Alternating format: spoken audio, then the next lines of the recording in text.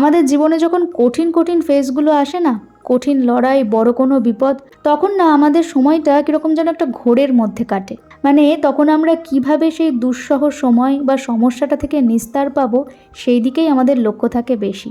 কিন্তু জীবনের এই দৈনন্দিন ছোটোখাটো বিষয় বা তুচ্ছ তুচ্ছ বিষয়, সেই নিয়েই কিন্তু আমাদের মধ্যে যত মনোমালিন্য, ঝগড়া, অশান্তি, দিনের পর দিন কথা বলা বন্ধ, এবং সেখান থেকেই মেন্টাল পিসের 12টা একদম বেজে যায়। এর হাত থেকে বাঁচার একটাই উপায়, ওই যে নিজেকে সময় দাও, নিজেকে যতটা পারো ব্যস্ত রাখো। যাই হোক, আজকে সকাল থেকে তো এরকম রৌদ্র ছায়ার খেলাই চলছে। একবার আকাশ ঢেকে যাচ্ছে মেঘে, আবার পরক্ষণেই রোদ উঠে যাচ্ছে প্রচণ্ড। বরের জন্য একটা কটনের কুর্তা অর্ডার দিয়েছিলাম, তো সেটাই আজকে ঢুকেছে।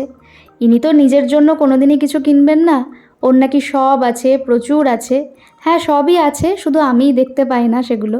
তো যাই হোক, আমার যখন যেরকম পছন্দ হয় টুকটাক অর্ডার দিতে থাকি ওর জন্য। তো তারপরে চলে আসলাম রান্না করতে। সকালে পড়াতে গিয়েছিল, তখন মাছ নিয়ে এসেছে, তো কাতলা মাছ, তো সেটারই আজকে জাস্ট ঝোল করব।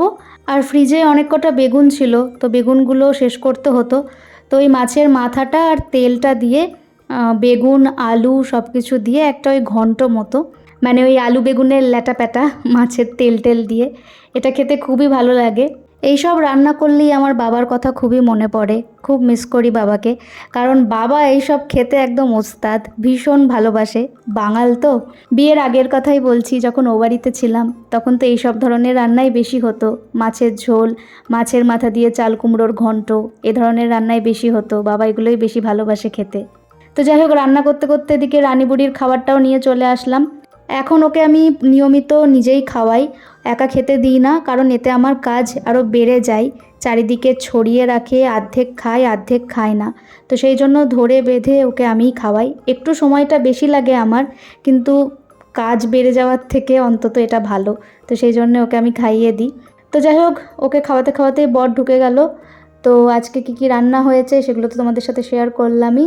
আর তার সাথে শুধু একটু উচ্ছে আলু ভর্তা করেছিলাম, কাঁচা পেঁয়াজ, কাঁচা লঙ্কা দিয়ে। আর বাদবাকি রান্না তো তোমাদের দেখালামই। প্রথম পাতে তেতো খেতে খুবই ভালো লাগে। আর উচ্ছে সেদ্ধটা আমার বরাবরেরই ফেভারিট, ভীষণ ভালো লাগে। উচ্ছে সেদ্ধ, উচ্ছে ভাজা সবই ভালো লাগে।